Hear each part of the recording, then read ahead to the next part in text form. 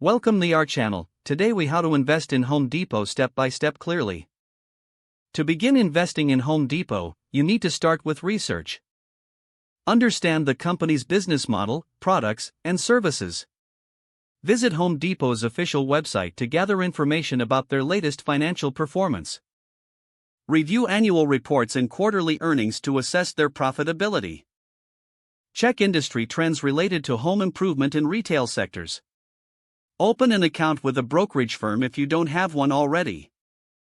Choose between a traditional brokerage or an online platform based on your preferences. Complete the necessary paperwork to set up your investment account. Fund your brokerage account by transferring money from your bank. Search for Home Depot's stock ticker symbol, which is HD. Analyze the current stock price and historical performance. Look into the stock's price-to-earnings ratio and dividend yield for potential returns. Decide how many shares you want to purchase based on your budget. Place a market order to buy shares of Home Depot at the current price.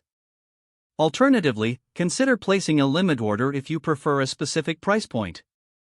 Monitor your investment by keeping an eye on market trends and news related to Home Depot. Review your portfolio regularly to adjust your holdings as necessary. Stay informed about changes in the home improvement industry that may affect your investment. Consider consulting with a financial advisor for tailored advice on your investment strategy. Be patient, as investments take time to grow in value. Keep learning about the stock market and refine your investment skills over time. If the page does not load, refresh the browser or try again in a private or incognito window. Make sure you are using the correct email address, then retype it carefully to avoid small typos. If your password is not accepted, use the reset option and create a new strong password you can remember. Check your spam folder for verification or security emails, then complete any requested confirmation steps. Enable two-factor authentication if available to improve account security and reduce unauthorized access risk.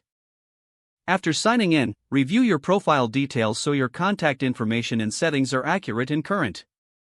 If you see an error message, note it down and try again after restarting your device and internet connection.